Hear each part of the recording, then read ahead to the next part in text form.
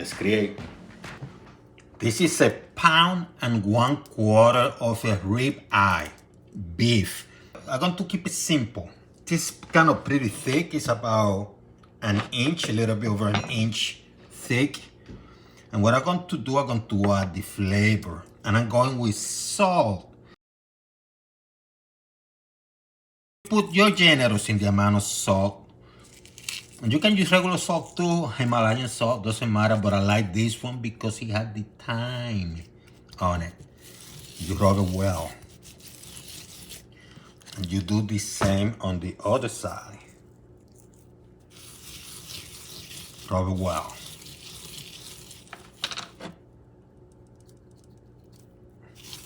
See, you don't see me putting my dirty hands in the container. Some people wear gloves and they start touching everything.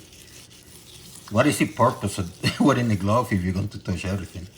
You're still going to transmit from one place to another. I just go straight up, old school. So I have this 100-year-old cast iron. You can use any type of pan, but I'm going with this one. It's preheated at high heat. I'm going to reduce it to medium high. It's hot, see it's hot there. Let me put some extra virgin olive oil.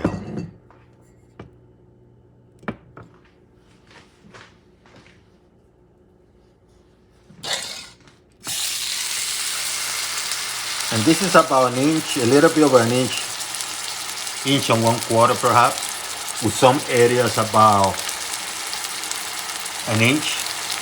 So you have to make sure you cook this nicely.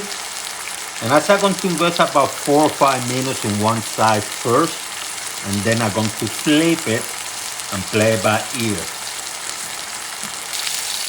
5 minutes later, I'm going to flip it. See how beautiful it's looking? What I'm going to do is mince a tube of garlic.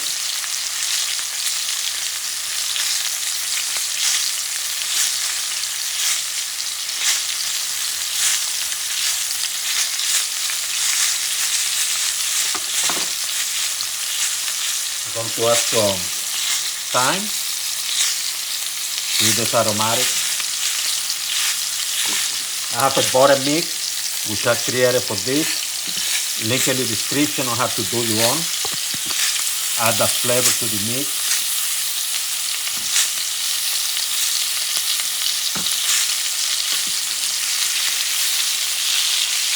And you're going to add the juices with a spoon on top. You're going to do this for about maybe 3 to 4 minutes.